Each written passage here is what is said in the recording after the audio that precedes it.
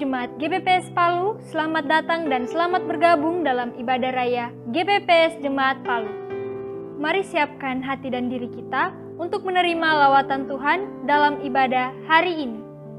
Sebelumnya, perlu kami sampaikan panduan mengikuti ibadah secara online. Yang pertama, siapkan diri untuk beribadah sebab ini adalah ibadah dan bukan tontonan.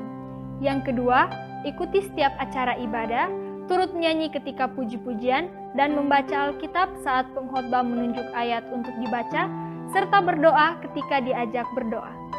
Yang ketiga, karena ini adalah ibadah dan bukan tontonan, jangan bercakap-cakap selama ibadah berlangsung. Percakapan dalam kolom live chat dapat saudara lakukan sebelum ibadah dimulai. Yang keempat, gunakanlah pakaian yang sopan dan duduklah dengan sopan. Selamat menikmati pujian, penyembahan, dan firman Tuhan. Tuhan Yesus memberkati. Shalom jemaat Tuhan. Shalom. Haleluya. Yang diberkati oleh Tuhan berdamaikan tangannya. Haleluya. Kita semua adalah orang-orang yang diberkati oleh Tuhan. Amin. Amin. Pagi hari ini bukti nyata dari berkat Tuhan atas hidup kita. Bukti dari kemurahan dan anugerah Tuhan yang melimpah atas hidup kita. Pagi hari ini bersama-sama kita boleh ada di tempat ini untuk beribadah kepada Tuhan.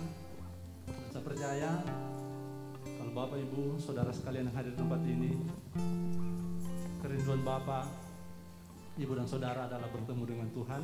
Amin. Mari bersama-sama kita siapkan hati kita. Kita boleh datang ke hadapan hadirat Tuhan dengan kejujuran, ketulusan, dan kekaguman akan Dia. Amin. Dia Allah yang layak kita tinggikan. Amin. Dia Allah yang layak kita sembah. Amin. Amin. Mari sama-sama kita naikkan pujian ini. Biarlah setiap kata-kata dari pujian ini mewakili isi hati kita kepada Tuhan. Inilah penyembahan di dalam kejujuran.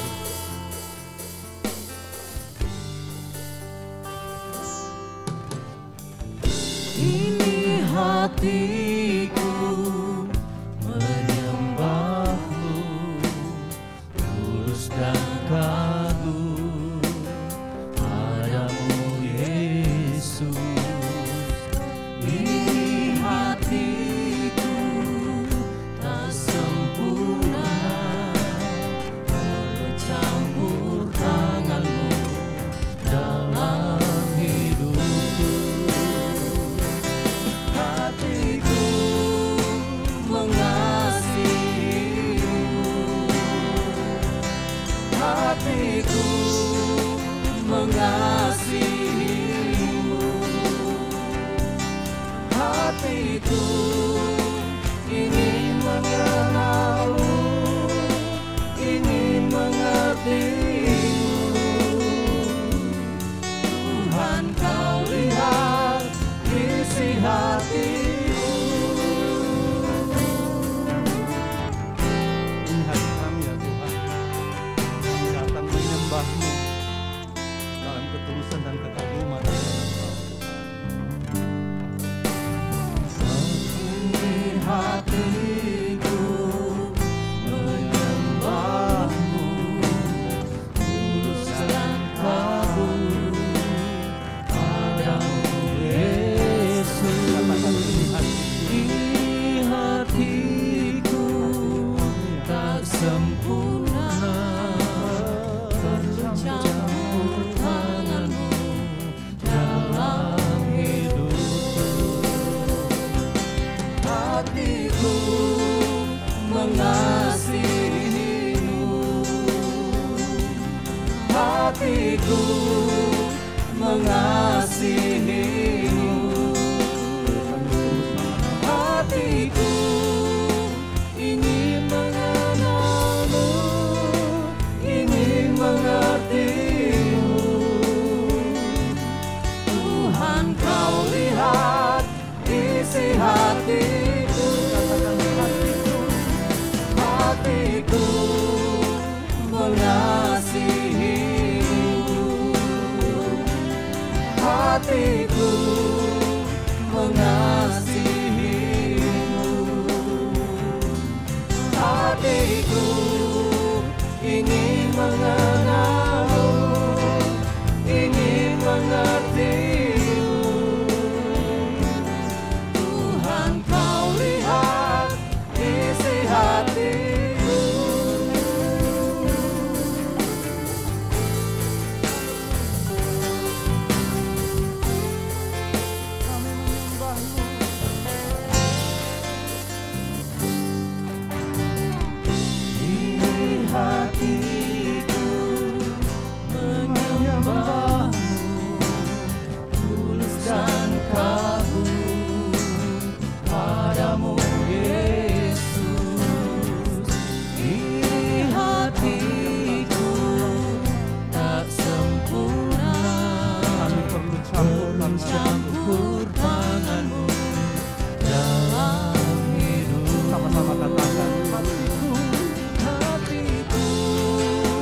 mengasihimu. Hatiku mengasihimu. Hatiku ingin mengenalmu, ingin mengertimu. Tuhan, kau lihat isi hatiku. Hatiku mengasihimu. Hatiku mengasihimu. Hatiku ingin mengenalmu, ingin mengertimu. Tuhan, kau lihat isi hatiku. Mari jemaat Tuhan, kasih kita sama-sama bangkit berdiri. Sekali lagi kita naikkan pujian ini dari hati kita yang benar-benar tulus dan benar. Katakan sama-sama. Ini hatiku menyembah Tuhan, Engkau yang mengenal setiap hati. tulus dan kagum Engkau melihat hati kami. padamu Yesus. Ini hatiku tak sempurna, Kami perlu campur tangan-Mu selalu ya Tuhan. campur tanganmu dalam hidup. Katakan sama-sama hatiku. Hatiku mengasihimu. Hatiku mengasihimu. Hatiku ingin mengenalmu, ingin mengertimu. Tuhan, kau lihat isi hatiku. Hatiku mengasihimu. Hatiku mengasihimu. Hatiku ingin mengenalmu, ingin mengertimu. Tuhan, kau lihat isi hatiku. Hatiku, hatiku mengasihimu. Hatiku mengasihimu. Hatiku ingin mengenalmu, ingin mengertimu. Tuhan, kau lihat isi hatiku. Oh, hatiku mengasihimu.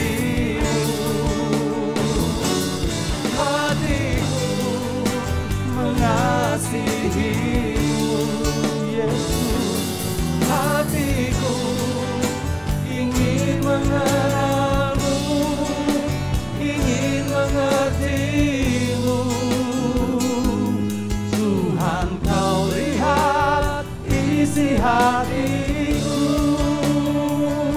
Haleluya, berikan tepuk tangan sorak-sorai bagi Allah kita. Haleluya. Haleluya. Bapa, kami percaya Engkau yang melihat hati kami. Engkau Allah yang terlebih dahulu mengasihi kami dan kami juga mau mengasihi Engkau ya Tuhan. Terima kasih Bapa, terpujilah Engkau. Kami mau lebih lagi untuk memuji, memuliakan Engkau ya Tuhan. Bebaskan roh kami untuk kami dapat bersorak-sorai, menyanyi, meninggikan nama-Mu pagi hari ini ya Tuhan. Dan segala rancangan kuasa kegelapan apapun bentuknya akan mengintimidasi ibadah kami pada pagi hari ini, membuat kami tidak dapat dengan leluasa memuji menyembah Engkau, membuat kami tidak dapat leluasa untuk bersorak-sorai bagi Engkau. Di dalam nama Tuhan Yesus Kristus kami mau katakan hancurkan segala pekerjaan dan kuasanya. Terima kasih Bapa, terpujilah Engkau. Di dalam nama Tuhan Yesus Kristus kami berdoa mengucap syukur. Haleluya, haleluya, amin, haleluya. Sekali lagi berikan tepuk tangan bagi Allah kita. Kita bersyukur mempunyai Allah yang ajaib bagi kita. Haleluya. Kita naikkan pujian ini sama-sama. Ajaib Kau Tuhan, sungguh ajaib Engkau dalam kehidupan kami ya Tuhan. Haleluya.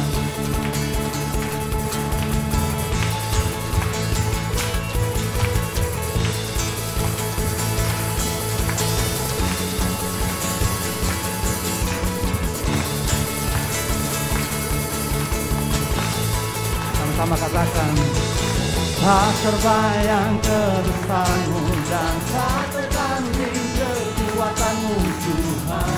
Katakan, Bermegah bagiku. amin.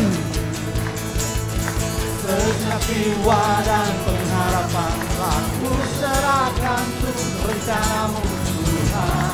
Kau Raja atasku, Hanya Kau yang layak ditinggikan.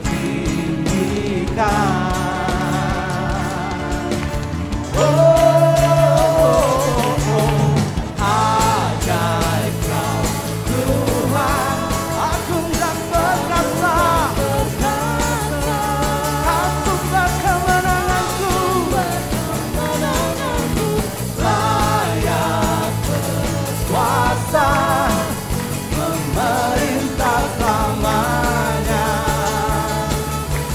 Yesus, Kaulah Raja mulia. Katakan, tak terbayang, Tak terbayang kebesaran-Mu dan tak tertanding kekuatan-Mu Tuhan. Kau megah bagiku. Sejak jiwa dan pengharapan telah ku serahkan untuk rencana-Mu Tuhan. Kau Raja atasku, Hanya Kau yang layak ditinggikan.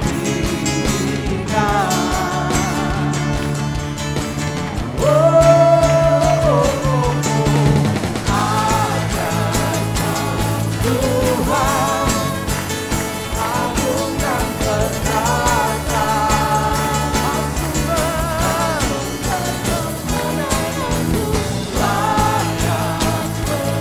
Kuasa memerintah selamanya. Yesus, Kaulah Raja mulia.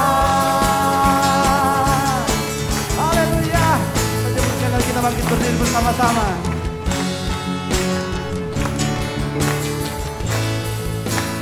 Katakan sama-sama dengan iman. Ajaib Kau Tuhan, agung dan perkasa. Kau sumber kemenanganku. Layak berkuasa, memerintah selamanya. Yesus, Kaulah Raja mulia. Ajaib Kau Tuhan, agung dan perkasa.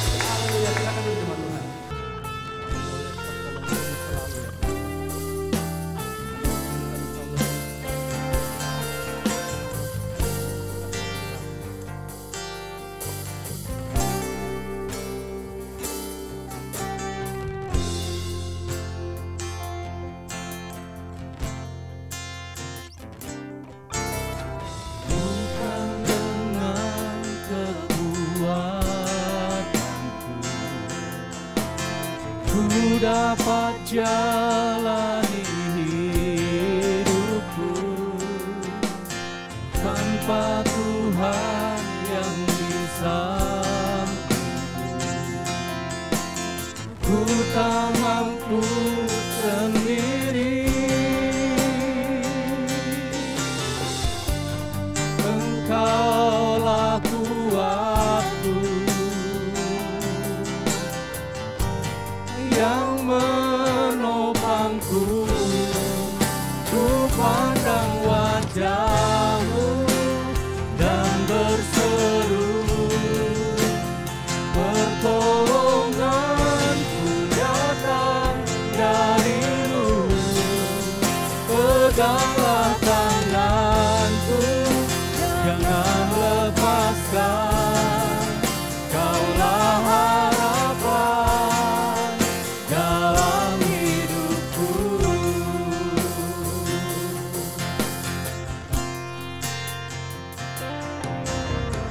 Bukan dengan kekuatanku ku dapat jalani hidupku tanpa Tuhan yang di sampingku. Ku tak mampu sendiri, Engkaulah kuatku yang menopangku. Ku pandang wajah-Mu dan berseru, pertolonganku datang dari-Mu. Peganglah tanganku, jangan lepaskan, Kaulah harapan dalam hidupku.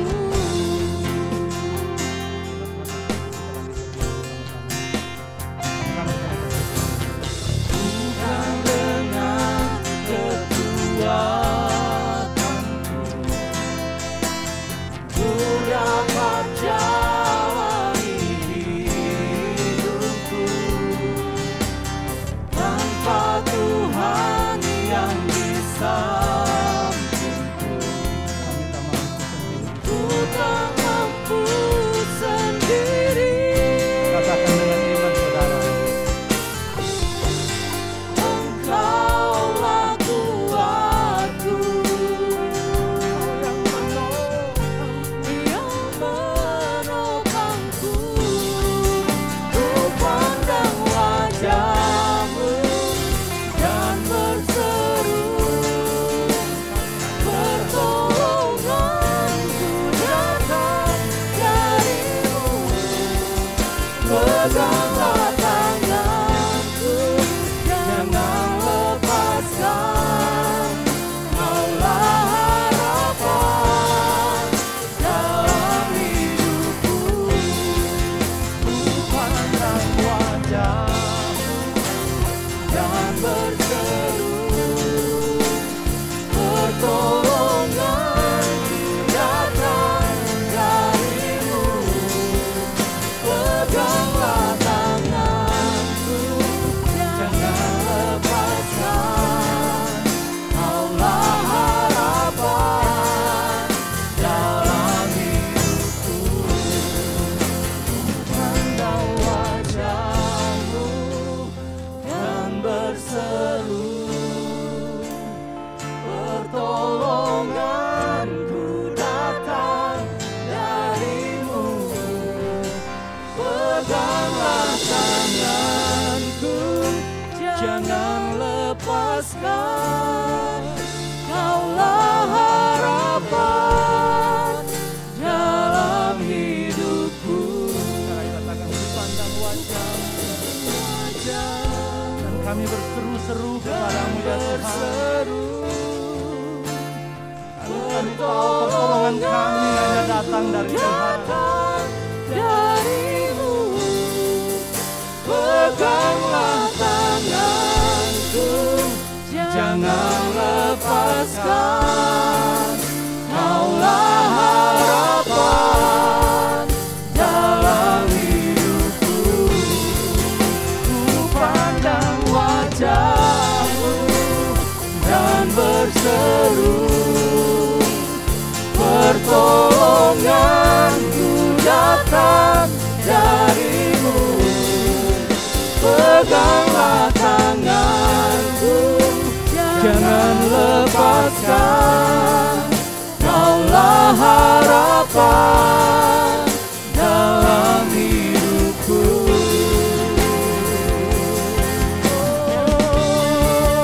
Ku pandang wajah-Mu dan berseru, pertolonganku datang dari-Mu. Peganglah tanganku, jangan lepaskan, Kaulah harapan dalam hidupku. Ku pandang wajah-Mu dan berseru, pertolonganku datang dari-Mu. Peganglah tanganku, jangan lepaskan, Kaulah harapan dalam hidupku. Pandang wajah-Mu dan berseru, pertolonganku datang dari-Mu. Peganglah tanganku, jangan lepaskan, Kaulah harapan dalam hidupku. Kaulah harapan dalam hidupku. Kaulah harapan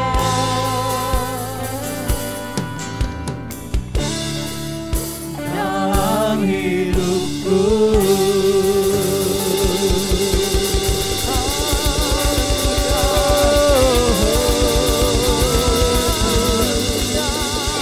Kau sumber harapan kami, Tuhan. Benar Yesus Tuhan, Engkaulah sumber pengharapan kami. Amin. Engkau kekuatan kami. Amin. Tuhan, kami bersyukur menyembah Allah yang seperti Engkau. Amin. Pada pagi hari ini kami boleh memuji dan menyembah-Mu, karena memang Engkaulah Allah yang layak kami sembah dan kami Amin. tinggikan. Dulu, sekarang, bahkan sampai selama-lamanya. Amin. Engkau adalah Allah yang tetap sama, berkuasa. Dulu, sekarang, sampai selamanya. Engkau Amin. Allah yang luar biasa dalam hidup kami. Amin. Engkau hidup di dalam kami, Tuhan. Menjadi kerinduan kami di dalam Engkau, Engkau di dalam kami. Tuhan, pada pagi hari ini kami rindu mendengarkan kebenaran firman-Mu. Sucikan, kuduskan hati dan pikiran kami. Ya Tuhan, Engkau kira menyatakan apa yang menjadi kehendak dan isi hati-Mu bagi kami semua. Kami tahu hari-hari ini adalah hari-hari yang jahat, hari-hari yang begitu sukar. Tapi kami tahu, kami percaya Engkau akan selalu bersama-sama kami. Amin. Engkau selalu akan menyertai kami. Amin. Tuhan, Engkau tidak pernah berjanji untuk meniadakan setiap permasalahan-permasalahan dalam hidup kami. Tapi Engkau berjanji Engkau akan menyertai kami sampai kesudahan alam ini, Amin. Tuhan. Tuhan Yesus, kami bersyukur. Pada pagi hari ini Tuhan, kami berdoa buat hamba-Mu yang Kau percayakan untuk menyampaikan kebenaran-Mu, Tuhan. Kau kiranya menyertai hamba-Mu ya Tuhan. Kiranya apa yang disampaikan pada pagi hari ini, perkataan-perkataan hamba-Mu, bahkan apapun itu Tuhan, adalah isi hati Tuhan bagi kami semua jemaat Tuhan. Terima kasih ya Tuhan Yesus, kami bersyukur. Segala rancangan kuasa kegelapan roh jahat apapun bentuknya, yang mau mencuri taburan benih firman Tuhan dari dalam hati kami, bahkan yang mau membangun tembok atau benteng-benteng agar kami tidak dapat mengenal Engkau dengan benar, memahami firman-Mu dengan benar. Saat ini kami satukan hati kami di dalam nama Tuhan Yesus Kristus. Kami ikat, kami patahkan, kami hancurkan kuasanya. Terima kasih Bapa di surga, kami bersyukur. Kami siap dengan penuh ucapan syukur kami sambut firman Tuhan. Haleluya. Amin.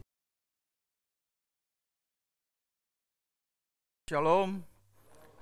Puji Tuhan, kita bersyukur Tuhan memberikan kembali kesempatan anugerah bagi kita untuk boleh beribadah pada pagi hari ini. Selamat datang bagi seluruh jemaat Tuhan, dan juga bagi saudara yang baru pertama kali hadir dalam ibadah pada pagi hari ini. Selamat datang, Tuhan Yesus memberkati, dan juga pada seluruh jemaat baik yang ada di rumah maupun juga yang mengikuti akan live stream ini, baik yang ada di negeri ini maupun di beberapa negara. Tuhan memberkati saudara. Puji nama Tuhan. Bagi yang berulang tahun, kami mengucapkan selamat hari ulang tahun bagi saudara-saudara yang saya sebutkan namanya. Dipersilakan berdiri untuk kita akan doakan. Gracelia Novitasari Pakaya, Nova Wijaya, Besti Novitasari, Nasario Perapi, Nova Mustafin. Ada yang hadir? Puji Tuhan, kita doakan. Kami datang ke hadirat-Mu Bapa di sorga dengan penuh syukur bersama-sama saudara-saudara kami yang berulang tahun, baik yang ada dalam ibadah pagi ini maupun yang berada secara online. Kiranya Tuhan memberkati. Engkau tilik apa yang menjadi pergumulan dan kerinduan hati mereka. Buka jalan campur tangan Tuhan mengadakan segala perkara.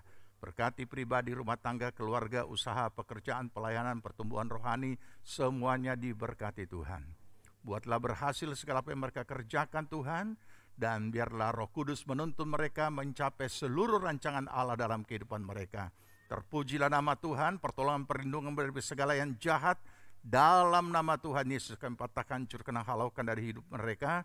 Dan biar Tuhan menyertai mereka dalam sepanjang hidup mereka. Dalam nama Tuhan Yesus kami memberkati mereka. Amin. Puji Tuhan. Baik, mari kita segera akan masuk dalam pemberitaan firman Tuhan. Kita buka Alkitab kita masing-masing dalam Efesus pasal 2 ayat yang ke-10. Efesus pasal 2 ayat yang ke-10. Jika saudara sudah temukan, kita akan baca sama-sama. Efesus 2 ayat 10. Mari kita sambut firman Tuhan dan kita akan baca.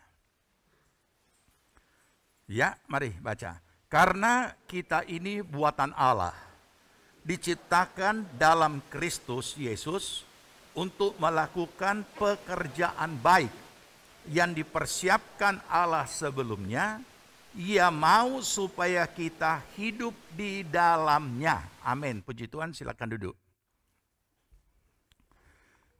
Topik firman Tuhan pagi ini yang kita akan belajar adalah diciptakan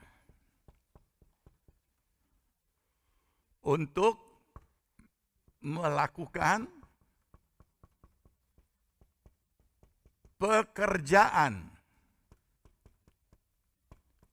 yang baik.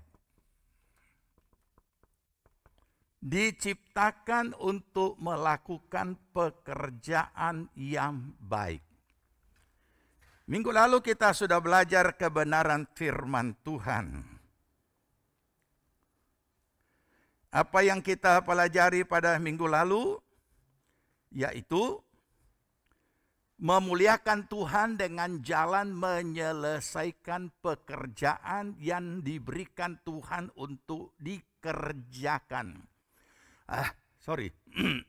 Hari ini kita mau belajar kebenaran firman Tuhan. Bahwa sesungguhnya setiap saudara dan saya itu diciptakan untuk melakukan pekerjaan yang baik. Sekarang ketika kita kembali merenungkan minggu lalu tentang topik memuliakan Tuhan dengan jalan menyelesaikan pekerjaan yang diberikan Tuhan kepada kita untuk dikerjakan. Pertanyaannya, apakah asal yang penting selesai? Tidak. Jadi bukan hanya mengejar target selesai, sama dengan yang sering kita ketahui, memang pekerjaan itu harus selesai. Dan dikatakan itu adalah cara memuliakan Tuhan.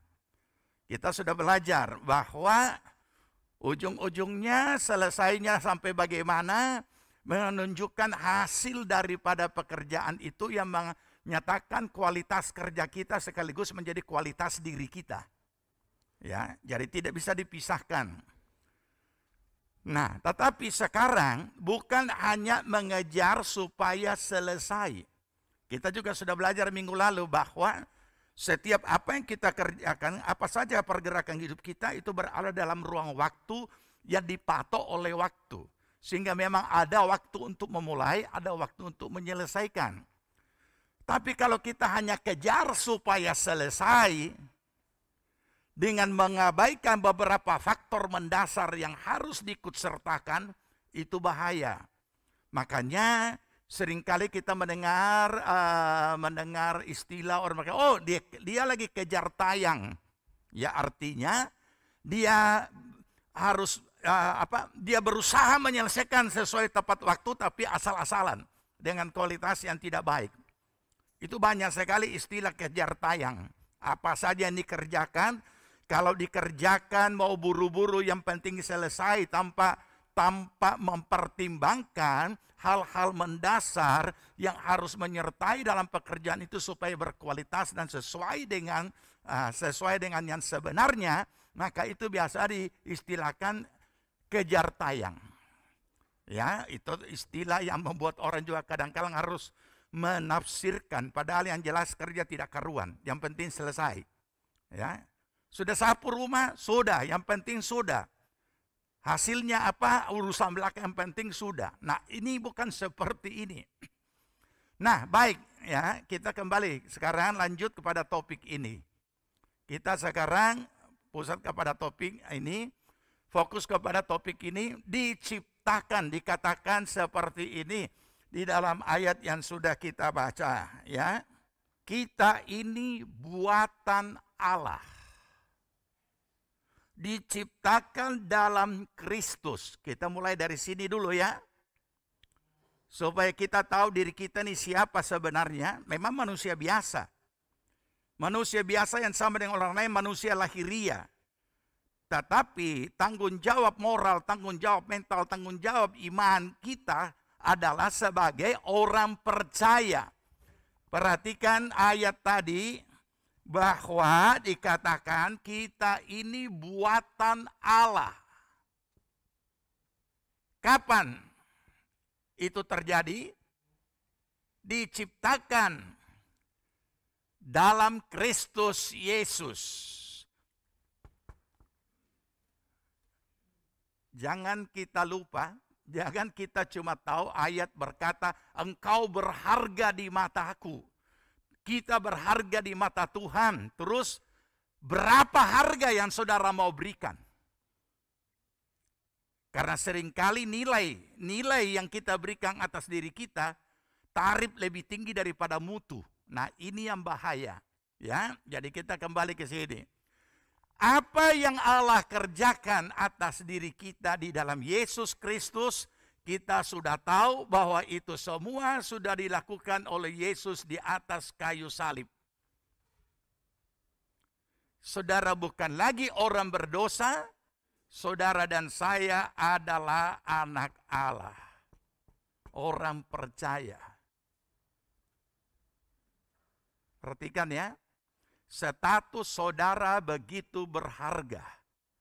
Setelah dirubah oleh Allah, karena demikianlah Allah mengasihi isi dunia sehingga dikaruniakannya putra yang tunggal supaya barang siapa yang percaya akan dia tidak binasa melainkan beroleh hidup yang kekal. Status selalu harus kita ingat itu. Dari mana asal kita? Asal kita adalah dari orang berdosa. Itu selalu tidak boleh hilang. Bukan berarti membuat kita itu mengenang-enang dosa kita, kemudian kita tidak bisa membereskan diri kita, atau kita tertekan, kita kemudian minder. Bukan. Maksudnya supaya kita tahu siapa kita sekarang. Sekarang kita ini umat Allah, anak Allah, orang-orang kudusnya Tuhan. Bukan lagi orang berdosa. Bukan lagi orang hukuman. Tapi pribadi-pribadi yang menerima anugerah Allah hidup yang kekal. Nah, jadi saudara, inilah yang dikatakan kita buatan Allah diciptakan di dalam Kristus Yesus. Ingat itu dulu. Jadi kalau Allah sendiri boleh berkata, saudara dan saya ini berharga di mata Tuhan, harganya itu adalah karena ditebus oleh darah Yesus Kristus untuk keselamatan hidup yang kekal. Kemudian saudara dan saya yang belum mati masih hidup tapi sudah jadi orang percaya, berapa nilai harga yang saudara mau berikan? Bukan jual diri maksudnya. Kualitas diri saudara itu berapa harganya di dunia yang belum mati ini. Nah, baik. Kita kembali kepada kalimat berikut dari ayat ini. Sekarang saya hapus ini gambar. Dan kita akan mulai bagaimana rancangan Allah atas kehidupan kita yang belum mati ini. Nah, sekarang kita bicara orang hidup. Ya, minggu lalu firman Tuhan menuntun kita untuk kehidupan praktis. Sehingga saudara pikir, oh, ini apa bedanya dengan motivator ya? Ini bukan khotbah ini. Makanya saya jadi aneh kalau ada pendeta itu anti motivator. Karena ia tidak bisa memotivasi orang. Padahal seorang yang memberitakan firman harus dapat menjadi motivator ulung berdasarkan ayat firman Tuhan. Bukan berdasarkan filosofi dunia yang dipungut dan diambil dari berbagai kepercayaan. Bukan untuk menyenangkan hati orang, bukan. Atau memberi harapan-harapan kosong bagi orang, tidak.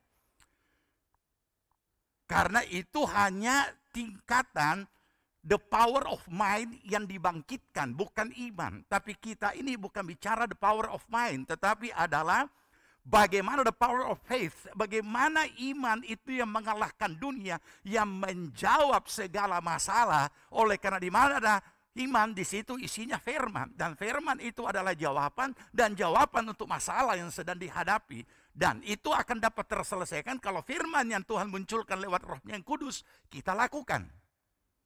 Nah, itu sebabnya kita tidak bisa hanya menerima urusan sorga yang so pasti, tetapi kemudian menjadi vertikalis, kemudian menjadi baspok, kemudian dalam kehidupan di dunia sehari-hari, kita menutup mata untuk kenyataan.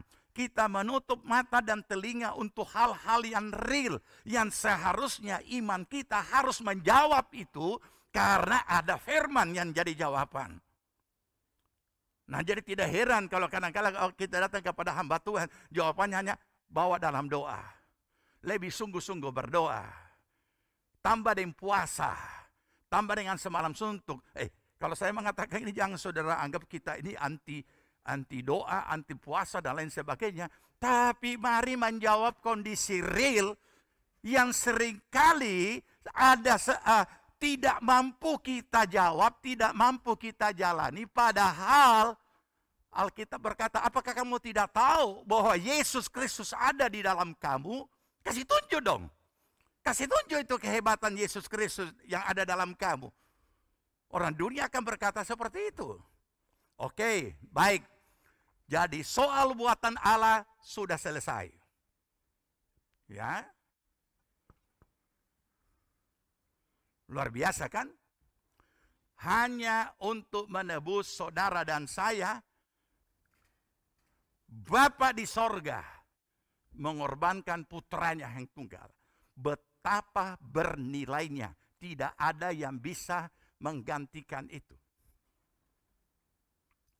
Jadi, itu sebabnya kita mengetahui bahwa setiap mereka yang merupakan buatan Allah, saudara dan saya, maka Tuhan menetapkan mereka masuk dalam rancangan Allah. Rancangan Allah baik untuk akhirat maupun juga untuk dunia ini.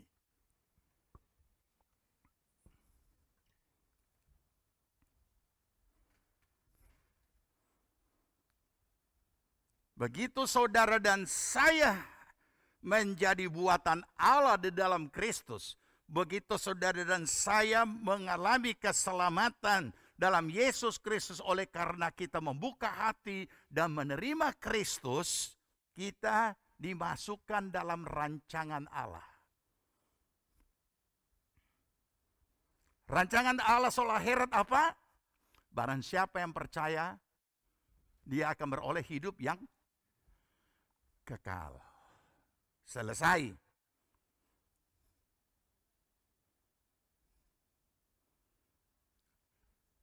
Apakah Tuhan hanya menyediakan kita hidup di dunia ini, menjalani hidup kita di dunia, dan tunggu-tunggu mati, kemudian masuk surga?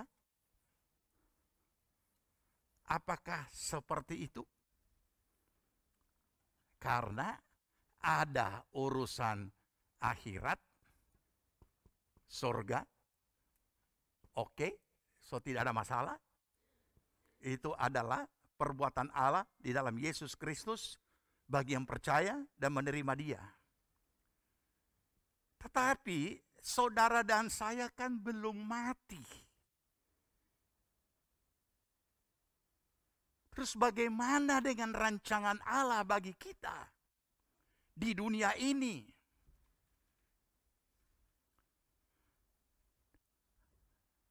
Rancangan Allah bagi kita di dunia ini sangat jelas.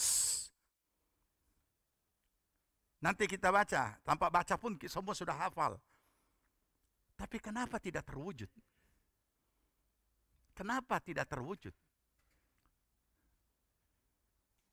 Yang aneh lagi, orang-orang anak-anak Tuhan, orang percaya ini, yang sudah dirubah statusnya dan kepastian masuk surga begitu rupa, sementara menjalani hidupnya di dunia, urusan surga terus yang dia permasalahkan.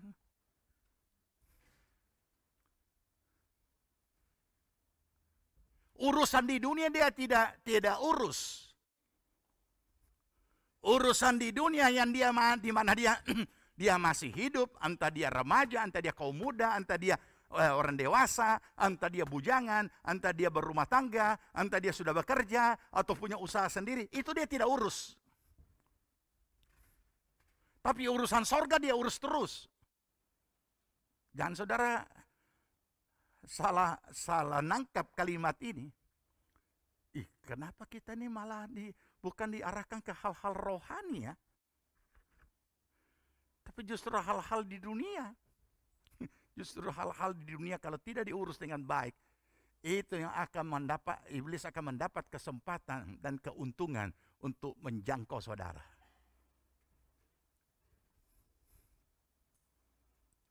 Ada berapa banyak hamba Tuhan yang terkenal pada akhirnya bunuh diri?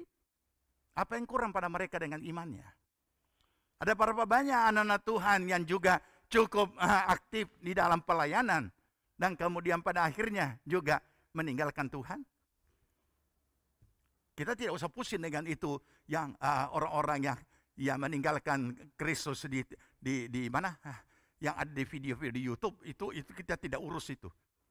Karena kita tahu apa penyebabnya. Ini bukan orang sembarangan. Ini bukan orang di pinggir jalan yang mengaku dia mantan pendeta dan sebagainya. Bukan. Karena mereka tidak menyadari. Mereka ini masih hidup. Masih hidup di dunia. Masih hidup di dunia. Dan dia harus menjalani semua realitas itu. Dan imannya harus sanggup menjawab masalah-masalah tersebut. Tidak heran kenapa orang-orang rohani itu selalu dicemooh oleh orang-orang dunia. Bukan dihargai loh, dicemooh. Kenapa? Karena kegagalan demi kegagalan. Dan apa yang dikumandangkan di mimbar, dikumandangkan dari mulut sendiri tidak tercapai. Baik, saya yakin kita semua sudah tahu apa rancangan Allah di dunia. Bagi orang percaya, keselamatan hidup kekal sudah. Sekarang rancangan Allah dalam hidup kita di dunia, baik dari segi jasmani, lahiria, rohani, dan finansial, ya. Jadi kita lihat ini di dunia. Apa yang Tuhan sudah tetapkan. Dan kita akan, setelah kita baca ayat-ayat ini, ataupun mungkin juga kita sudah tahu, kita akan kembali pada diri kita dan kepada segenap apa yang kita ketahui. Loh, kenapa tidak tergenapi ya? Kenapa hanya segelintir yang tergenapi? Oke, kita baca. Pertama, kehidupan rohani dulu di dunia. Kehidupan rohani di dunia ini bukan berarti kita mengurus lagi sorga yang sudah mutlak diberikan kepada orang percaya. Sehingga menjadi vertikalis. Tapi ada yang harus kita urus dalam diri kita sendiri tentang kehidupan rohani. Roma 8 ayat 29. Jadi ini hal yang menyangkut kehidupan iman rohani kita ini harus diurus. Roma 8:29 kita baca sama-sama. 2-3. Sebab semua orang yang dipilihnya, yaitu saudara saya, dari semula, mereka juga ditentukannya dari semula untuk menjadi serupa dengan gambaran anaknya, supaya anaknya itu menjadi yang sulung di antara banyak saudara. Kalau kita ingat istilah mimbar tempo dulu, menjadi seperti Yesus. Makanya yang tempo dulu ada yang kita ketahui.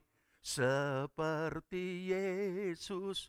3 kali diulang, baru diakhiri dengan itu saja ku minta dalam jalanku sampai ke surga, saya mau seperti Yesus. Bukan nanti masuk surga baru seperti Yesus di dunia ini.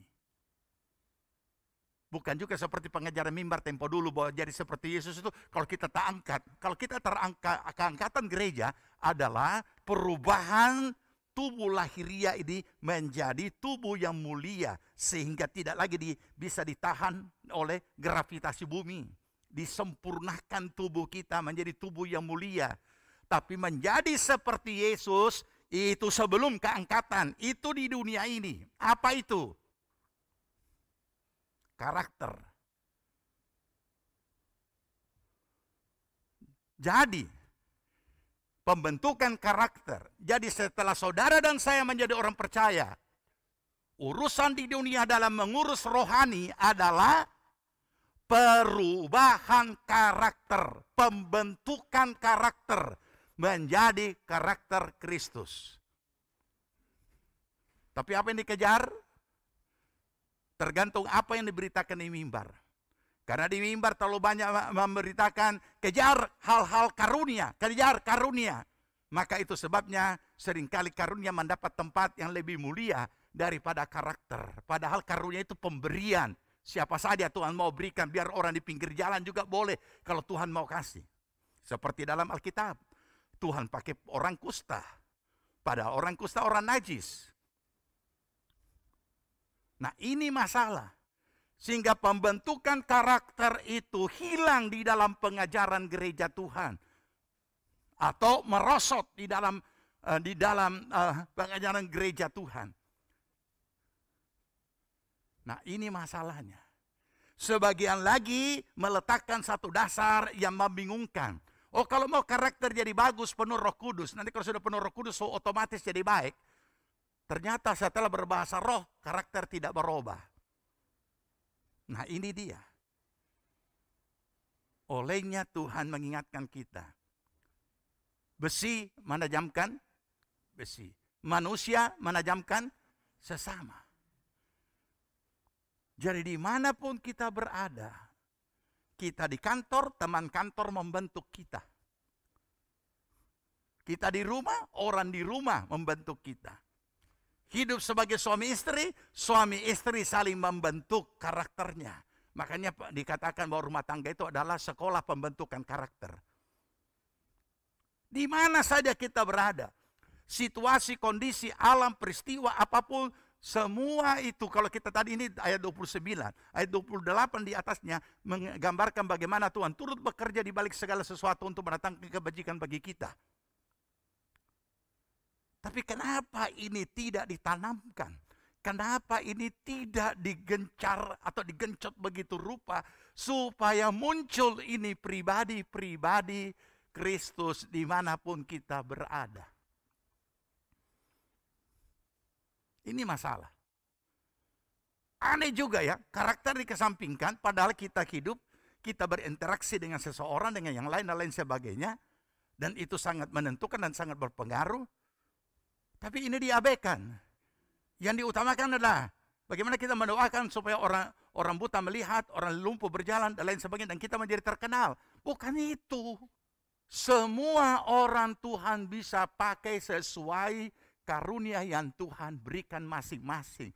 Tapi kalau karakter saudara dan saya tidak sesuai dengan apa yang Tuhan kehendaki, saudara menghinakan diri saudara dan kita menghinakan karunia yang diberikan atau diberikan oleh Allah kepada kita. Kita menghancurkan sendiri. Nah, ini dia, ya. Kemudian itu menyangkut adalah kebenaran firman tentang iman kita. Nah, sekarang di dunia bukan hanya hal iman atau rohani kita, tapi juga kehidupan jiwani dan jasmani, tubuh dan jiwa. Karena ada tubuh, ada roh, ada jiwa. Oke? Nah, di dalam hal ini pasti juga kita sudah paham tentang hal-hal yang menyangkut kehidupan lahiriah. Yeremia 29 ayat 11. 23. Sebab aku ini mengetahui rancangan-rancangan apa yang ada padaku mengenai kamu. Demikianlah firman Allah, yaitu rancangan damai sejahtera dan bukan rancangan kecelakaan, untuk memberikan kepadamu hari depan yang penuh harapan. Saya suka ini ayat bagian terakhir. Hari depan yang penuh harapan. Jadi berarti oknum diri kita sendiri harus punya sesuatu yang diharapkan. Ini saya jelaskan sedikit ya di sini, karena kadang-kala orang kira Tuhan itu kayak Sinterklas, bagi-bagi hadiah, apalagi soal bulan November. Nah, berdoa saja, nanti ada Sinterklas datang, sama dengan orang tua kita. Kasihan juga, itu orang tua rela berbohong ya. Ya, mengenai cerita Sinterklas. Saya tidak dibesarkan di keluarga Kristen, tetapi dari kecil anak-anak kami, orang tua juga bukan orang percaya. Tapi heran, dia suruh pasang sepatu di balik pintu. Nanti ada Sinterklas datang, kasih hadiah. Padahal kasihan, orang tua setengah mati, banting tulang, kumpul doi demi hadiah yang taruh di sepatu. Nah, oke, perhatikan. Hari depan yang penuh harapan. Wah.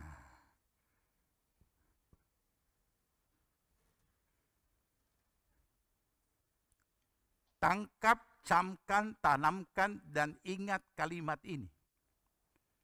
Hari depan yang penuh harapan. Jangan saudara keliru. Hanya mengartikan sepihak. Berarti di sana, di depan, wow, ya. Tapi jangan lupa, kalimat ini tidak berdiri sendiri, tetapi ada hubungannya dengan orang yang bersangkutan.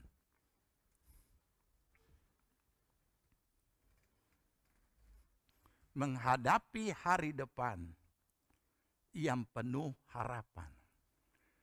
Katakan kalimat sederhana, ada banyak peluang, kesempatan, wah di depan. Tapi kalau saya sendiri tidak punya, saya sendiri yang akan memasuki hari depan itu, tidak ada satu titik harapan pun. Apa yang saya harapkan di sana dan apa yang saya akan dapatkan itu tidak ada guna. Ini sama saja. Kita di menjelang akhir tahun juga sekarang kan. Apa yang kita harapkan 2022? Kita pakai bahasa rohani, ya terserah Tuhan mana-mana saja. Kita menyerah. Oh ya, pamalas ngana. Apa seperti itu? Makanya kenapa berkat-berkat kita itu dirampas oleh orang-orang yang tidak orang yang berada atau orang-orang dunia. Lebih cerdik. Nah ini yang menjadi masalah.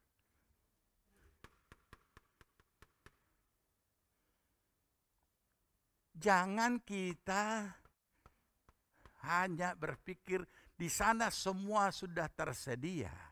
Benar. Untuk siapa? Oke. Dengan saya tidak usah baca ayat, tetapi saudara sudah hafal kan? Ulangan berapa? Mantap. Apa janji Tuhan di situ? Bukan ekor, tetapi kepala. Kenapa kepala? Karena terus naik sampai jadi kepala. Sekarang saya mau tanya, yang duduk di sini yang kerja di kantor, saudara kepala? Kenapa bukan kepala? Terus siapa kepala saudara? Siapa pimpinan saudara di sana? Yang kerja di swasta, saudara kepala? Kenapa bukan saudara kepala? Kenapa bukan saudara pimpinan? Sedangkan kita berkata pimpinan. Orang kadang-kadang bertanya, kalau semua orang percaya sudah jadi pimpinan, jadi siapa yang jadi bawahan? Yang jadi bawahan itu yang bukan orang percaya. Seharusnya seperti itu kata Alkitab. Bukan bahasa ekstrim ini, kata Alkitab. Kenapa tidak jadi kepala? Kenapa tidak naik? Kembali kepada diri pribadi, kenapa tidak naik? Dan kenapa tidak kepala? Ada faktor sifat, ada faktor karakter, ada faktor mental. Memang mental ekor.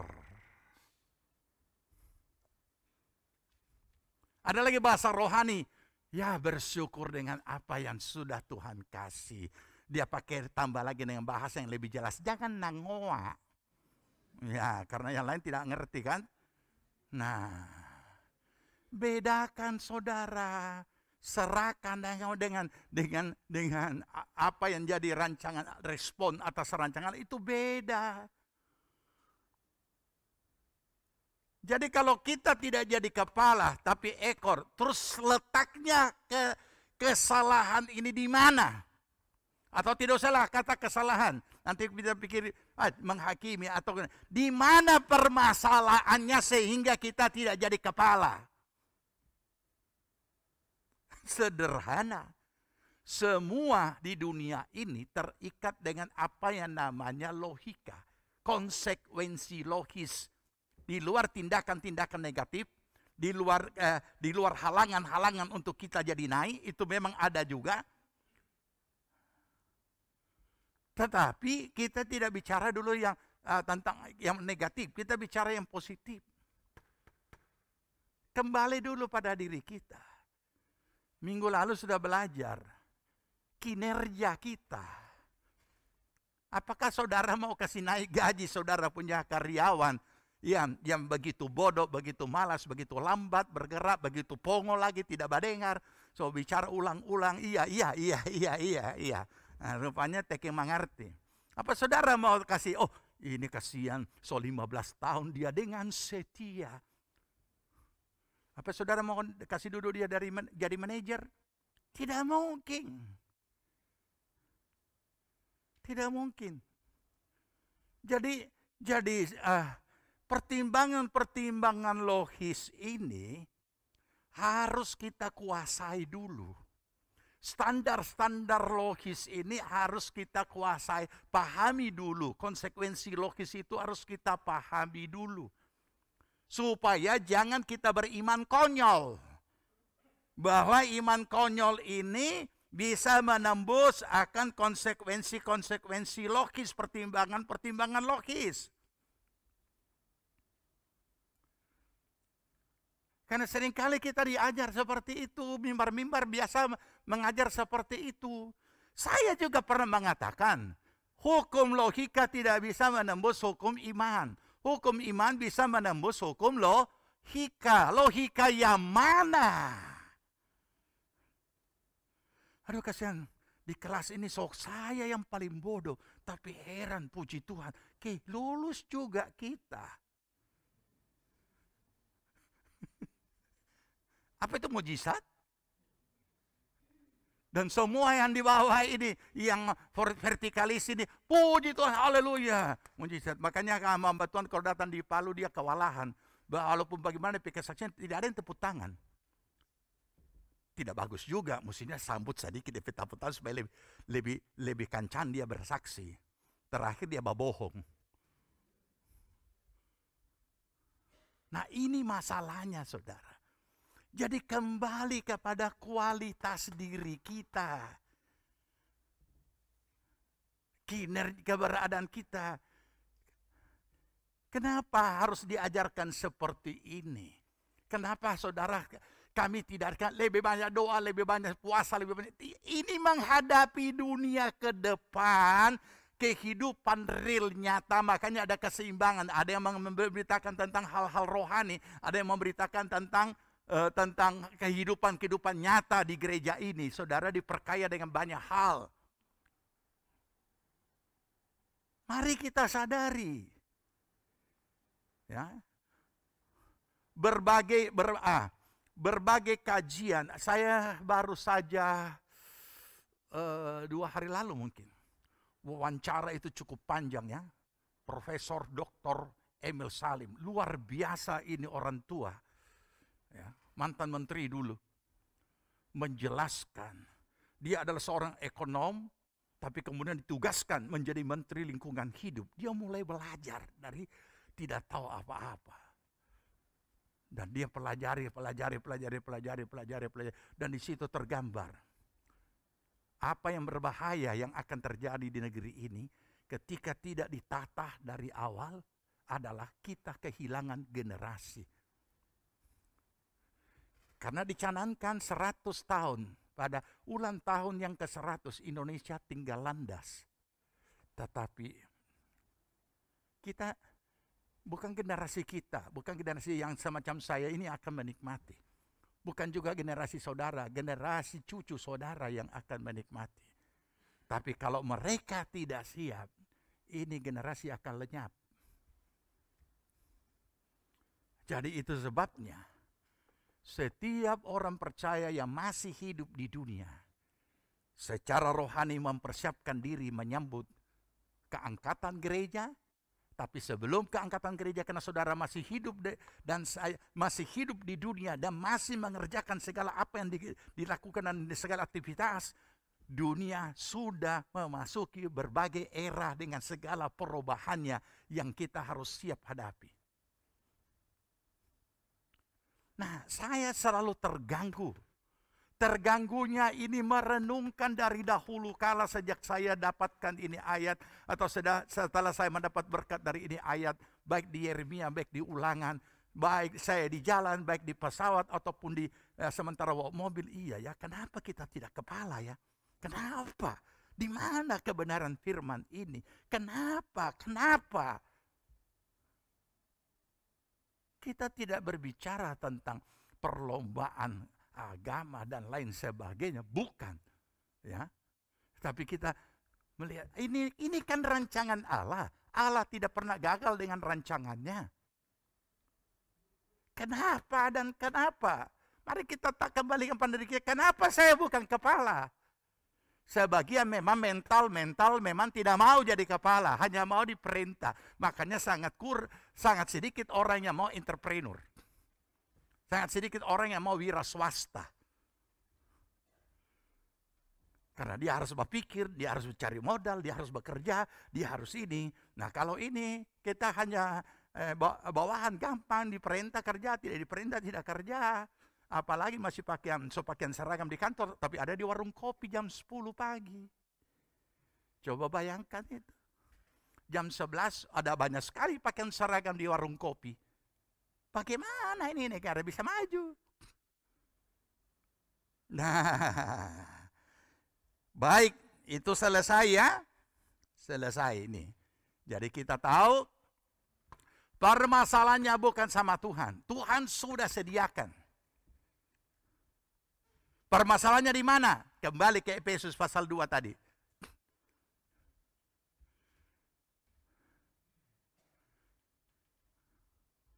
Saya dengar itu wawancara ketika beliau masih bertugas dan keliling dunia ke sana kemari berbagai negara dan belajar tentang lingkungan hidup, tentang ekosistem dan lain sebagainya.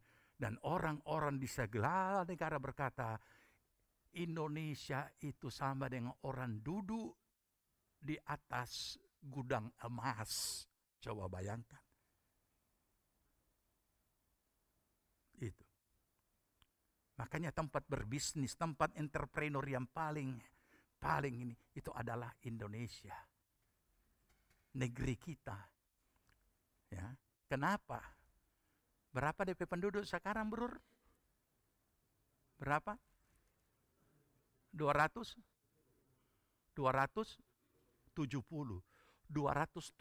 bukan 70.000 loh. 270 juta. Jual onde-onde saja 270 juta orang mau beli onde-onde. Artinya pasar terbesar. Salah satu pasar terbesar di dunia ini negeri ini. Nanti saudara akan memahami kenapa saya bicara ini. Karena ada hubungannya. Sudah kembali ya? Nah, setelah kita kembali, saudara akan paham kenapa saya menyebut ini. Kita baca, 2, 3. Karena kita ini buatan Allah, diciptakan dalam Kristus Yesus. Selesai, sudah ya? Jelaskan. Untuk apa? Untuk apa diciptakan di dalam Kristus Yesus? Untuk apa jadi orang percaya? Untuk apa jadi anak Tuhan? Untuk apa masuk dalam rancangan Allah? Untuk apa Tuhan menetapkan sorga dan hidup di dunia dengan segala berkat dan lain sebagainya? Untuk apa? Untuk melakukan pekerjaan baik yang dipersiapkan Allah sebelumnya. Ia mau supaya kita hidup di dalamnya. Sayang sekali ketika bicara tentang pekerjaan yang baik, orang hanya mengidentikan dengan hal-hal rohani. Orang hanya mengidentikan dengan pekerjaan sosial, bantu orang, tolong orang dan lain sebagainya. Padahal itu mencakup semua. Apa yang saudara mau bantu orang kalau sendiri tidak punya? Kan tidak bisa kan? Harus ada dulu kita punya baru bisa kita bagi. Bagaimana kita mau berbuat baik sedangkan sendiri tidak ada? Makanya kita harus ada dulu baru bisa bagi. Nah, jadi saudara dan saya diciptakan untuk apa? Melakukan pekerjaan yang peku-peku.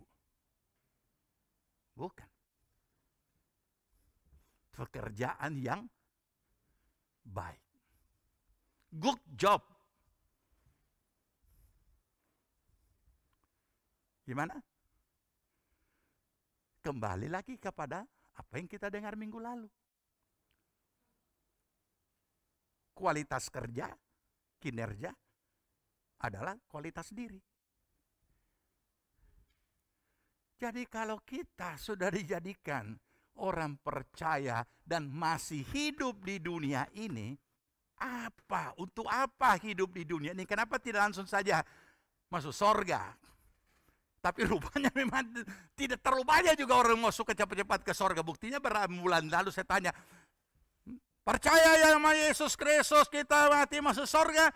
Percaya. Mau masuk surga? Mau. Angkat tangan semua. Siapa mau duluan? Woi. Tidak ada yang angkat tangan. Nyatakan bahwa kita masih mau di dunia kan? Tapi bikin apa di dunia? Jadi memang ini orang rohani ini asal jawab saja. Iya, dia tidak tahu masuk perangkap. Suka sekali masuk surga tapi tidak mau duluan. Makanya dikirim itu COVID untuk kasih duluan. Nah, jadi untuk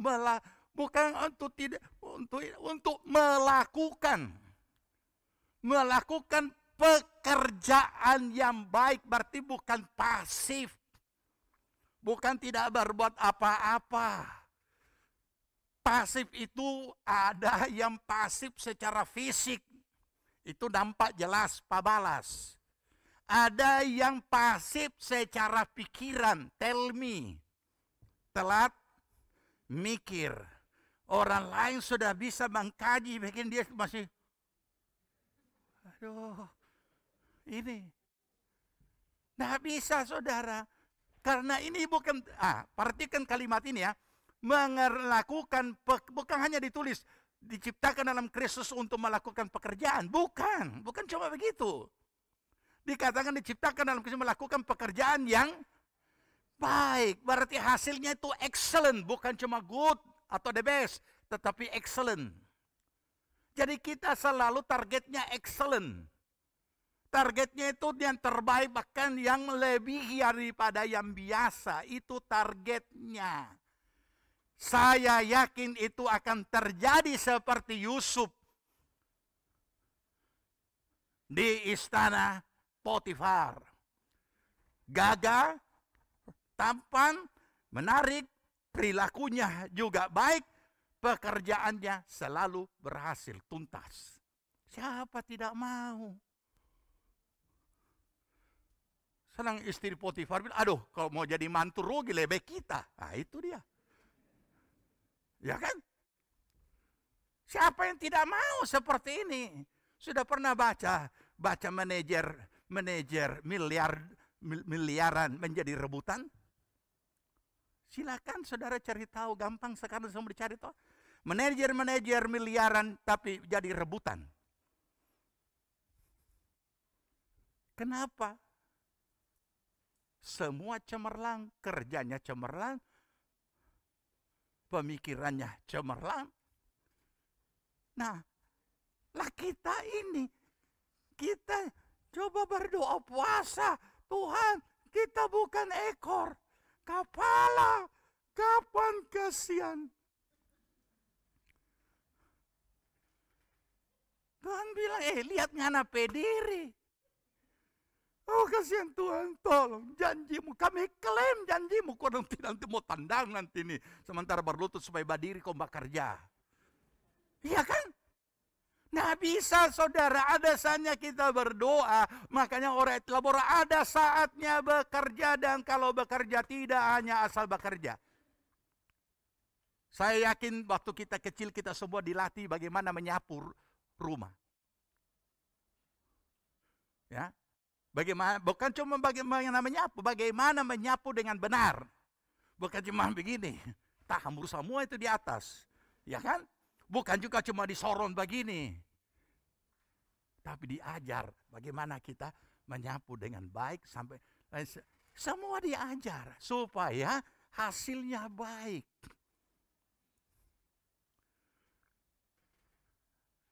Jadi kembali kepada kita masing-masing. Jadi apa yang harus diperbuat? Kembali pada respon. Sudah dikatakan kan? Visi tetap tinggal visi kalau tidak diresponi. Jadi kalau saudara tidak responi, dengan segala kemampuan, daya, upaya apapun yang ada di dalam diri kita, kita tidak akan pernah sampai ke situ. Mari. Sebenarnya Saya kadang-kadang merenungkan ya, ini orang ini bodoh ya. Bodohnya apa? Salah ada lagi yang ambisi, yang sangat ambisius, mau ke atas, mau ke atas. Padahal Tuhan sendiri yang mau ngana ke atas. Tanpa ngana mau Tuhan sudah tetapkan. Tapi bagaimana ke atas? Makanya orang yang ambisi mau ke atas itu dia pakai jalan pintas dengan segala macam cara. Akhirnya dia harus pakai money politik. Nah, money politik itu bukan cuma ada di dalam dunia perpolitikan, ada di mana-mana. Artinya pakai duit, pakai biaya, lain sebagainya. Nah, akhirnya apa terjadi? Begitu dia duduk, dia tidak tahu bikin apa. Cuma untuk nama saja. Hanya untung jabatan, tetapi tidak ada kualitas apa-apa dan tidak bisa kerja. Nah, jadi kembali saja kepada firman. Yang menetapkan saudara itu naik adalah firman. Amin. Firman. Jadi siapkan saja diri dengan segala sesuatu yang terkait dengan tempat di mana yang kita mau naik itu. Kalau saudara buka usaha, segala apa yang saudara miliki, kelola itu semua dengan segala kemampuan yang ada. Apa saja yang kita belum miliki, kita harus melengkapi diri. Tidak bisa kita bakuat dengan situasi kondisi yang terus berubah ini tanpa kita bisa menjawab setiap tanda-tanda zaman dan keadaan zaman. Nah, mari kita perhatikan dalam 1 Korintus. 1 Korintus pasal 3. 1 Korintus pasal 3. Mulai ayat 10. Kita baca bergantian ya, karena kita akan baca beberapa ayat. Oke, saya duluan ayat 10. Sesuai dengan kasih karunia Allah yang dianugerahkan kepadaku, aku sebagai seorang ahli bangunan yang cakap telah meletakkan dasar dan orang lain membangun terus di atasnya, tapi tiap-tiap orang harus memperhatikan bagaimana ia harus membangun di atasnya. Ganti.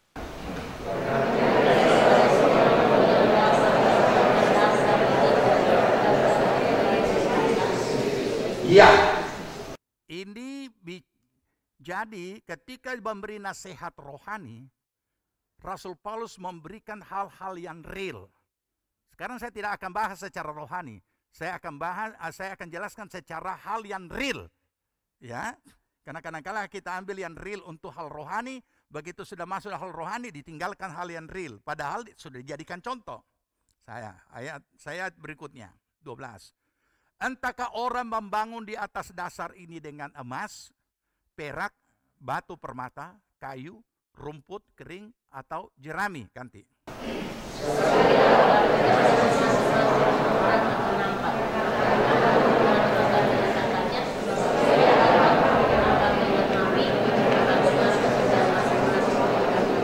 Ya.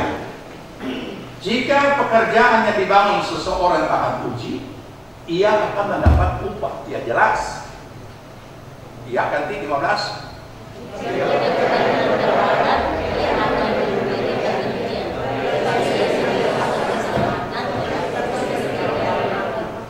Ya, jadi yang akan kita pelajari ini adalah hal-hal real yang dijelaskan oleh Rasul Paulus.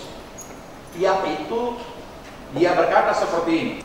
Sesuai dengan kasih karunia Allah. Dia tahu semua apa yang ada padanya dari Tuhan. Termasuk kepintaran dan segala-galanya.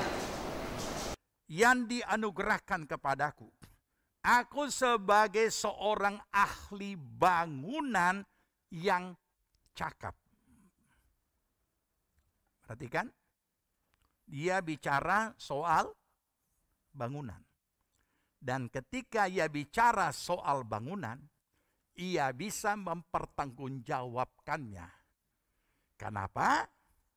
Karena dia berkata dia seorang ahli bangunan. Hati-hati banyak omong ya. Ahli bangunan, bukan pantau ini. Ahli. Selain dari ahli dia apa? Cakap. Ahli bisa teori, cakap itu di lapangan. Praktek. Apa pekerjaannya di sini?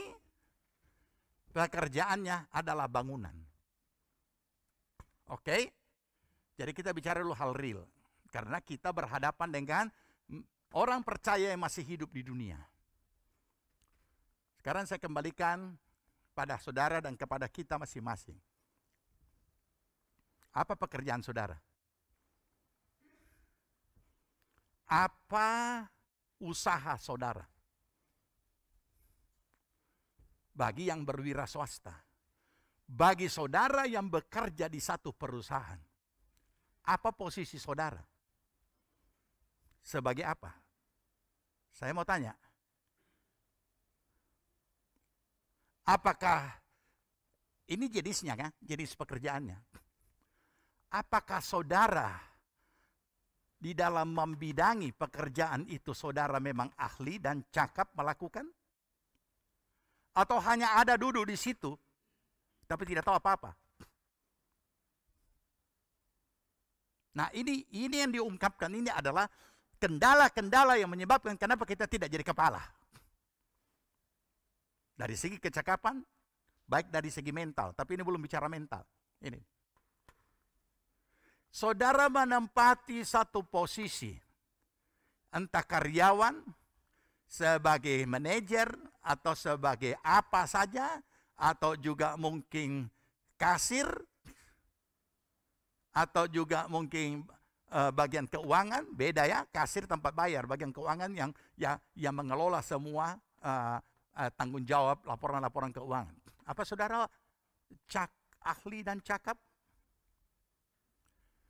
Saya pernah memberhentikan di kantor sinode seorang akuntan, auditor. Padahal dia seorang akuntan. Berarti sarjana kan? Kenapa saya berhentikan? Karena salah kerja. Terus pertanyaannya, bagaimana saya bisa tahu? Hanya seorang hamba Tuhan, pendeta, mau tahu tentang akuntan dan lain sebagainya?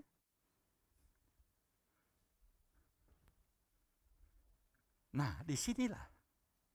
Jadi bayangkan kalau saudara buka satu usaha dan saudara tidak tahu sama sekali segala sesuatu yang menyangkut usaha saudara, siap-siaplah untuk tutup.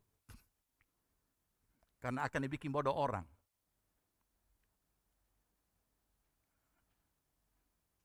Nah, ini dia. Jadi mau dengan tidak mau. Kira-kira periode, ya mungkin 2 periode yang lampau. Ketika kami mencanangkan sekolah kader calon MP, diwajibkan setiap orang yang ikut sekolah kader ini bisa mengoperasikan komputer. Minimal 3 aplikasi, Word, PowerPoint, Excel. Karena ini mutlak harus dapat dimiliki dan dikerjakan, dioperasikan oleh setiap hamba Tuhan. Dia khotbah perlu PowerPoint satu saat. Dia menyurat perlu Word. Dia membuat laporan keuangan, finansial, dia perlu untuk Excel. Itu kebingungan. Kenapa?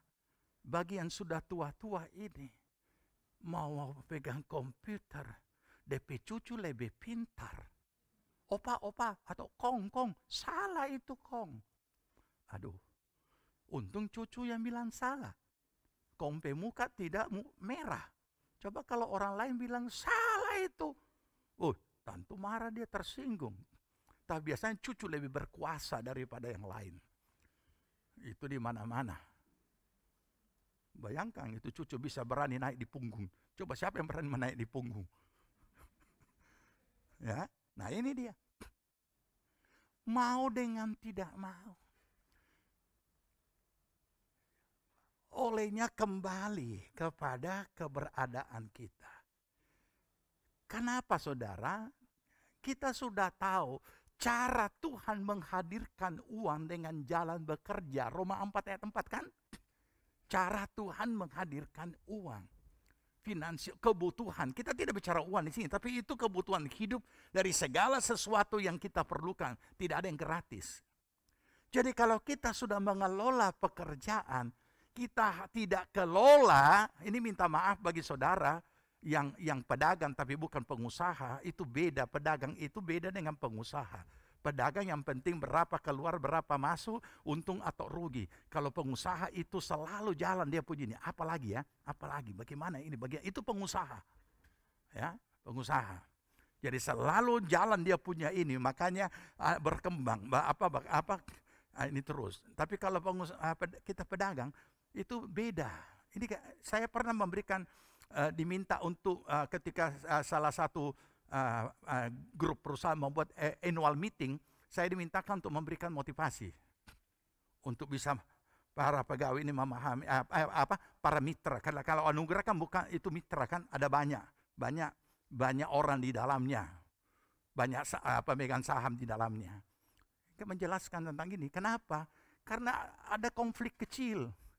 Konflik kecil ini terjadi begini di antara para pemegang saham. Mereka, masa saya sedikit rapat? Untuk apa rapat?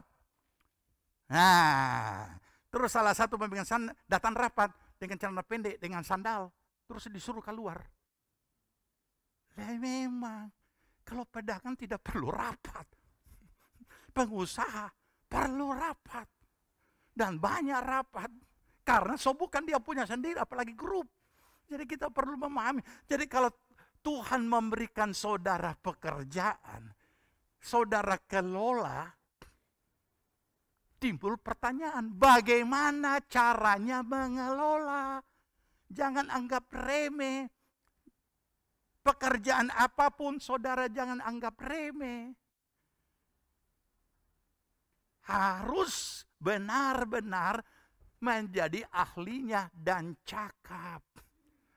Aduh, ini kue sebenarnya harus dibungkus dengan daun pisang muda. Tapi tidak ada daun pisang muda. Sambaran saja, ambil saja daun pisang sambaran. Yang penting daun pisang. Jangan anggap remeh. Karena ada kue yang harus dibungkus dengan daun pisang muda dan tidak bisa dengan daun pisang sembarang. Begitu 1-2 kali berubah, sudah, lain ini ya. Nah ini dia. Jadi jangan anggap remeh. Ya, saudara misalnya, jadi saya harus membimbing ini karena kalau tidak ini menyangkut hidup di dunia, apalagi dalam masa sekarang. Saudara buka laundry itu paling gampang. Kenapa? Karena saya juga balondri waktu saya masih SMP supaya bisa dapat biaya untuk sekolah. Dulu masih setrika bakar, Pak. Kalau bukan setrika bakar, setrika arang. Tapi kalau di laundry dulu itu bukan terlalu keren. Dulu wasere. Sekarang hebat namanya laundry kan.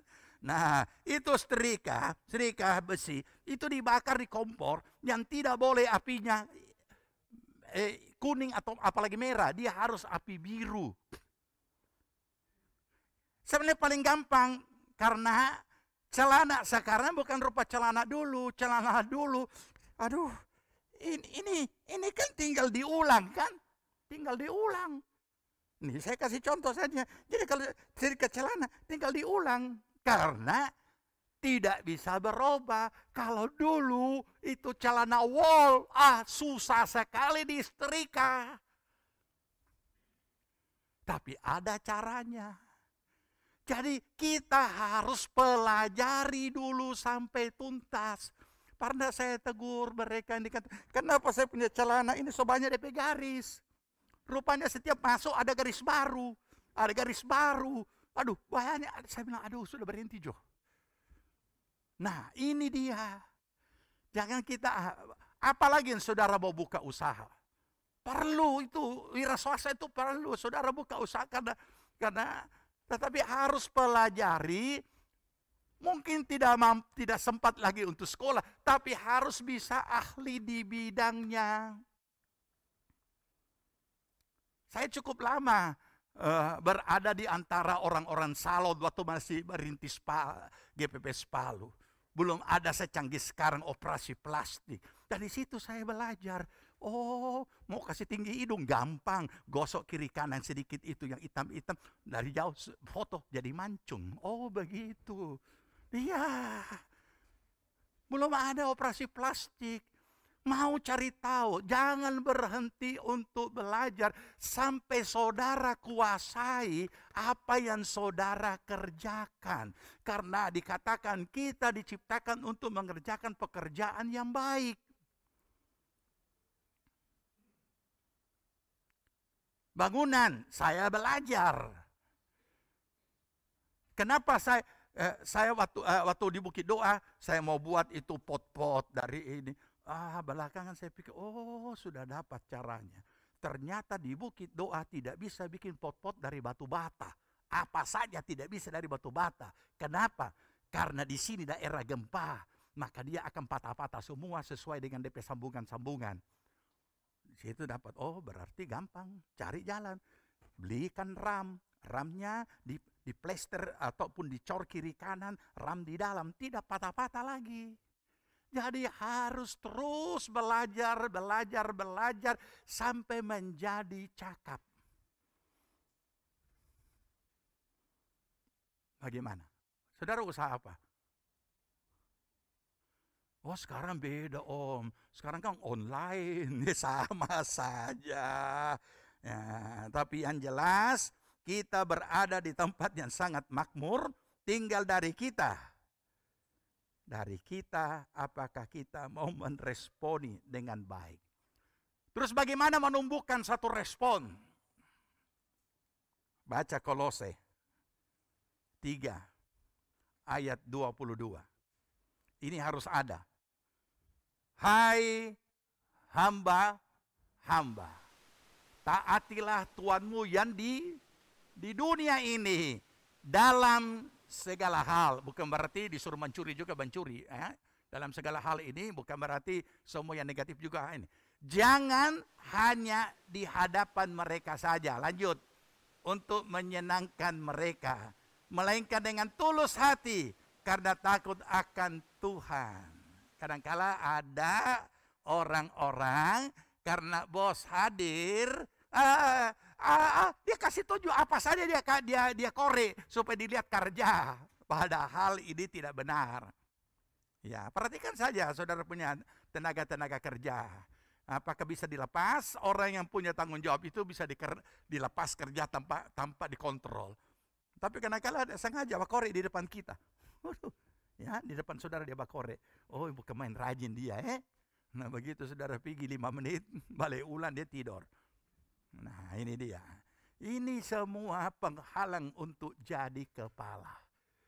Sebab bagaimana Tuhan bisa memberikan kita tanggung jawab untuk milik kita, sedangkan kita tidak bisa tanggung jawab untuk milik orang lain. Ada ayatnya kan? Ya. Jadi bersyukurlah kalau kita bisa belajar. Oke. Ayat 23. Ini menumbuhkan respon yang benar adalah demikian. 2, baca. 2, 3. Apapun juga yang kamu perbuatlah dengan segenap hatimu seperti untuk Tuhan dan bukan untuk manusia. Kita punya pimpinan, majikan, bos, manusia. Tapi Tuhan suruh kita kerja seperti kita lakukan untuk Tuhan. Itu cara menumbuhkan respon. Begitu juga, apa yang saudara usahakan kelola, kita hargai karena itu Tuhan yang berikan. Tuhan yang berikan itu pekerjaan, kerjakan dengan baik. Kelola dengan baik, dengan sungguh-sungguh, dengan segenap hati, bukan asal-asalan. Karena dari situlah tahap demi tahap, langkah step by step Tuhan mengangkat kita sampai menjadi kepala. Ada orang berkata begini, terlalu jauh, kasihan om. Kita ini sudah 25 tahun pegawai terus. Baca Alkitab, Yusuf itu siapa? Yusuf bukan siapa-siapa. Yusuf itu justru budak belian. Tapi diberikan kekuasaan atas seluruh rumah Firaun. Bahkan dari situ Tuhan mengangkat lagi dia menjadi Perdana Menteri Mesir. Mari kita renungkan saudara. Memang Tuhan yang melakukan.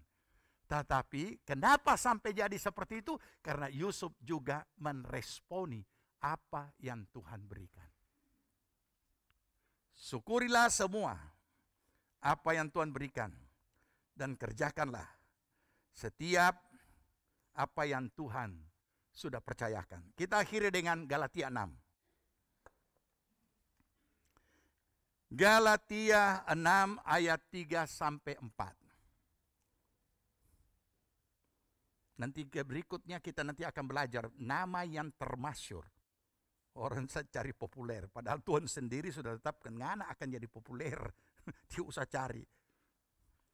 Galatia 6 ayat 3 sampai 4 kita baca, ya, sebab kalau seseorang menyangka bahwa ia berarti, padahal ia sama sekali tidak berarti, ia menipu dirinya sendiri. Ayat berikutnya, baiklah tiap-tiap orang menguji pekerjaannya sendiri, maka ia boleh bermegah melihat keadaannya sendiri dan bukan melihat keadaan orang lain.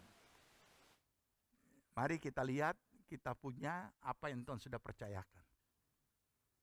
Supaya apa yang perlu kita perbaiki, kita perbaiki. Karena semua akan ada ujiannya. Semua kualitas itu ada ujian. Makanya ada standar-standar penguji kualitas daripada segala bentuk material, begitu juga kualitas kerja kita. Tuhan memberkati kita. Mari kita bangkit berdiri. Kita mau berdoa.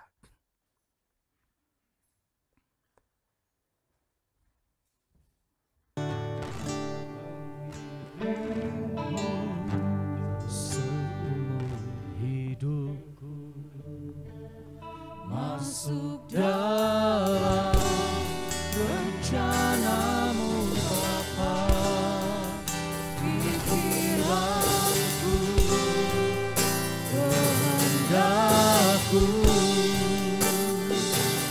ku serahkan padamu. Harapanku hanya di dalam-Mu, bukan teguh bersama-Mu Tuhan. Jadikanku bejana-Mu untuk memuliakan-Mu.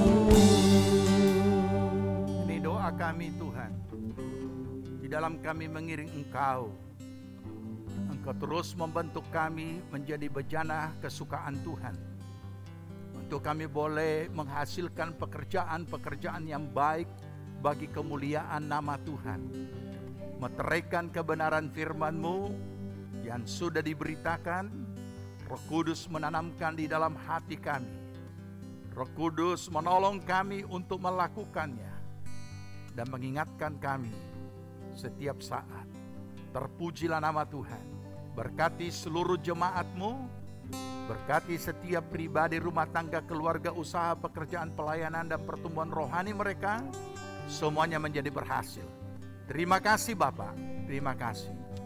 Bukakan pemahaman kami dan biarlah Tuhan menguduskan hati kami, sehingga kami selalu meresponi apa yang Tuhan sudah rancangkan atas hidup kami. Sehingga kami boleh berjalan bukan menanti, tetapi kami boleh berjalan seturut kehendak-Mu, menuju ke tempat yang terus naik dan bukan turun. Terima kasih Bapa. Kami percaya bahwa firman-Mu ya dan amin. Roh Kudus menolong kami, di dalam kami meresponi dengan baik, dengan tepat, dengan benar, seturut kehendak-Mu, apa yang menjadi rancangan-Mu dalam hidup kami. Terima kasih Bapa, kami mengucap syukur. Engkau memberkati kami semua, dan sebentar kami akan menyatakan kasih kami dengan apa yang akan kami persembahkan. Sucikan, kuduskan hati pikiran kami agar apa yang kami persembahkan kami lakukan dari hati yang mengasihi Tuhan. Berkati akan pemerintah kami, mulai dari Bapak Presiden, Wakil dan seluruh aparat pemerintahan tingkat pusat, provinsi, kabupaten, kecamatan, kelurahan, desa dan dusun-dusun semuanya diberkati Tuhan dengan roh hikmat dan takut akan Allah. Berkati tenaga medis, para medis yang sedang masih saja Tuhan bertugas untuk menghadapi pandemi ini. Semuanya dalam lindungan Tuhan. Para aparat keamanan, TNI Polri semuanya dilindungi Tuhan. Memberkati Tuhan akan keluarga yang sudah menyediakan kami tempat untuk kami boleh beribadah. Terpuji nama Tuhan. Tilik akan seluruh jemaat-Mu, mereka yang tidak hadir, yang sakit, yang lemah, yang susah dan segala apapun yang dihadapi, pertolongan daripada Tuhan datangnya. Terima kasih Bapa, kami mengucap syukur. Jemaat Tuhan yang dikasihi Tuhan, terimalah berkat damai sejahtera dari Tuhan Yesus Kristus. Kecintaan Allah Bapa dalam persekutuan Roh-Nya yang kudus adalah kiranya tinggal menyertai kita sekalian. Dibuatnya kita hidup bijaksana sehingga berhasillah segala apa yang kita kerjakan sampai berkelimpahan dari sekarang sampai Tuhan Yesus datang kembali. Amin. Puji Tuhan, ibadah kita telah selesai. Kami berharap saudara dapat diberkati dalam ibadah hari ini. Selamat beraktivitas dan tetap mematuhi protokol kesehatan yang ada. Tuhan Yesus memberkati.